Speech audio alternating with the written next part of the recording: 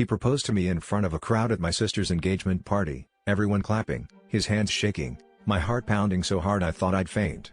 I said yes because what else do you do when someone you love looks at you like you're the only person in the room? I ignored that little voice in my head, the one that always whispered when he came home late or dodged questions about his past.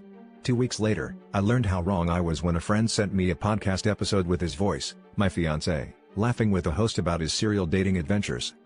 I listened, numb, as he detailed outrageous dates, wild betrayals, and how he'd never truly loved anyone. He described women exactly like me, and I realized he was the infamous ghost king whose stories had gone viral. The host joked about his engagement experiment, how he'd bet he could get any girl to say yes in a month. I replayed his proposal in my mind, remembering the way he looked at me, and now, it just felt like another game to him, a performance for an invisible audience. When I confronted him, he didn't deny it.